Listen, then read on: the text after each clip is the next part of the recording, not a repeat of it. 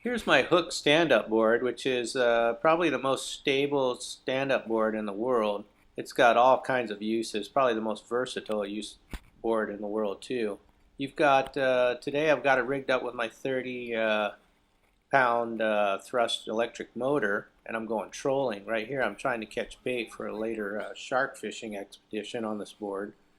Right here you can see a ladyfish taking out a lot of drag. Ladyfish are so much fun to catch.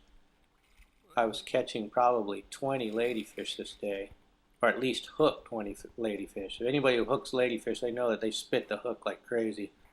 They jump around like mini tarpons and put up such a great fight, and a lot of aerobatic maneuvers, just jumping, trying to spit the hook left and right.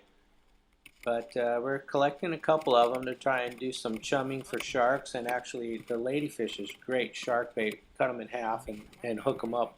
Sometimes I use them whole, but mostly cut them in half because the sharks are a little bit smaller. In this next clip, you're going to see that I get a hook up on the left one of the rod holders, and I'm waiting for, the fishing was so good that I'm waiting for the right one to hook up. There it goes.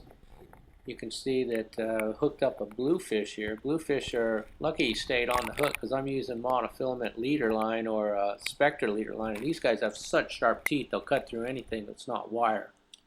Okay, right here we're setting up our trolling motor. We've got a marine battery we're putting in the forward and the cooler to balance out the board a little bit better.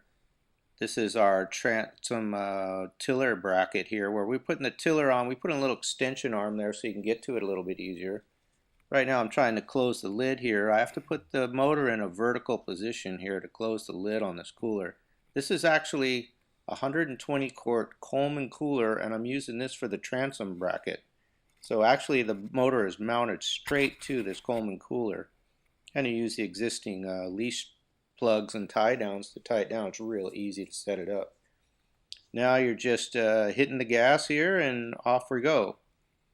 You can see that this trolling motor really sets up easily and it gets the board going along at a pretty good clip. Notice right here that you can even stand on this Coleman cooler. That's how stable it is. Okay, here's an easy way to flush out your trolling motor. Just hook it up and put it right back in the 120 quart Coleman cooler that we've been using for a transom. Fill it up with water and just run it for a little bit. And make sure that you get all the salt water out of it. Here's some great footage on the sun coast of Florida. They're really known for some of the best sunsets in the world. And right here you can just see we have some gorgeous light going on. Trey Flimmer and I were out here fishing. We ran across a giant school of really big redfish that really surprised us. We were just goofing around, and we just had a great day of fishing.